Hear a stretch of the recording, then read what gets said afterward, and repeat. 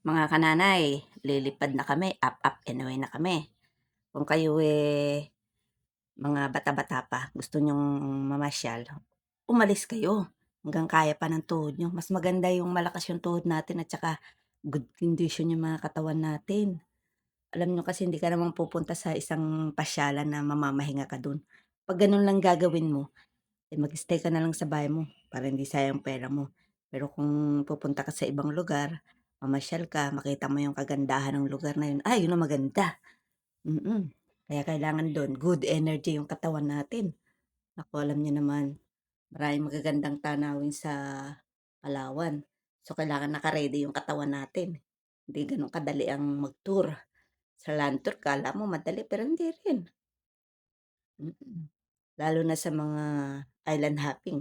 Kailangan natin ng lakas ng katawan dyan. So, habang malakas pa tayo, kung gusto natin gumala, go for the go tayo. Huwag tayong magpapahuli para makita natin ang ganda